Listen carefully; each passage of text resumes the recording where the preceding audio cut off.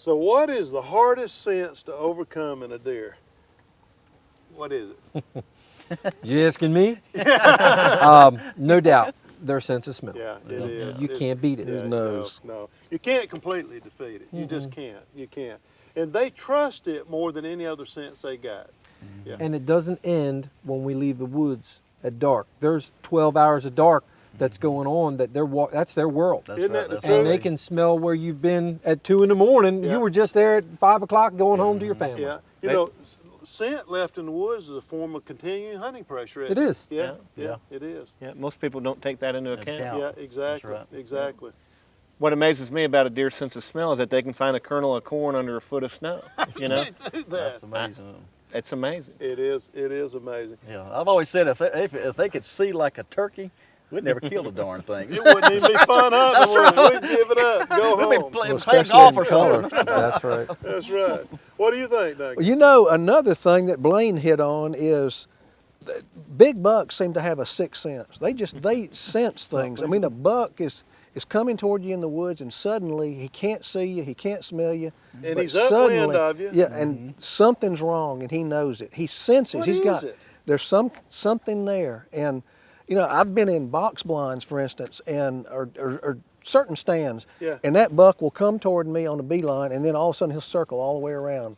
He has no idea I'm there. There's no scent, or maybe I came in the other way, but something tipped him off. There's some sense that tipped that deer off. One explanation I just thought of is maybe somebody was hunting that stand before you and left too much human scent, or maybe he encountered that person the day before. But otherwise, how do you explain it? How do you explain it? I know this because of what you're talking about.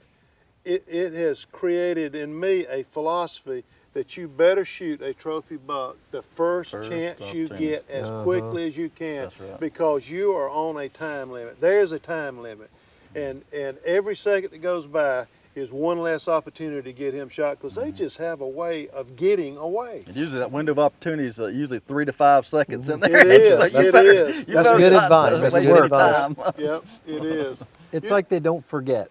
They don't forget, yeah.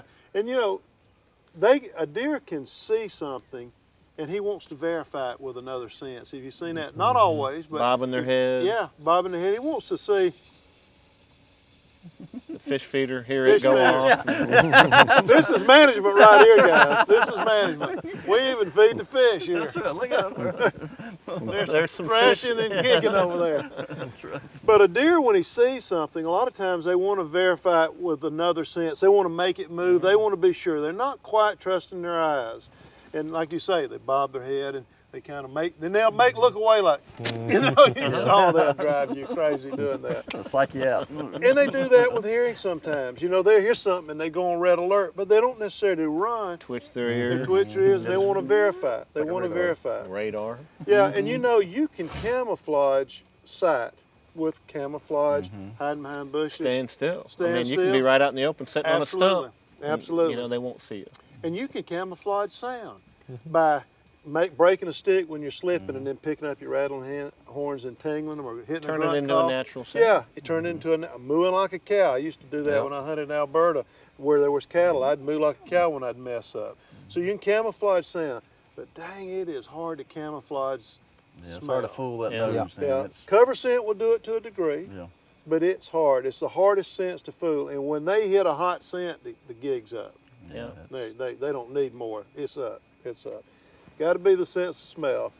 But you know what? They are extremely well armed, and that's what makes them so fun to hunt. And you know what else they've got? Is a brain to go with it. Yeah.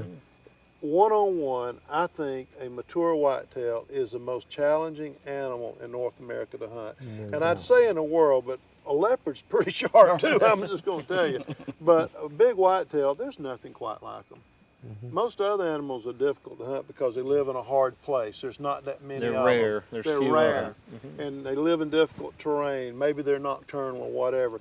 But a big whitetail is hard to hunt because he is smart and he's well armed.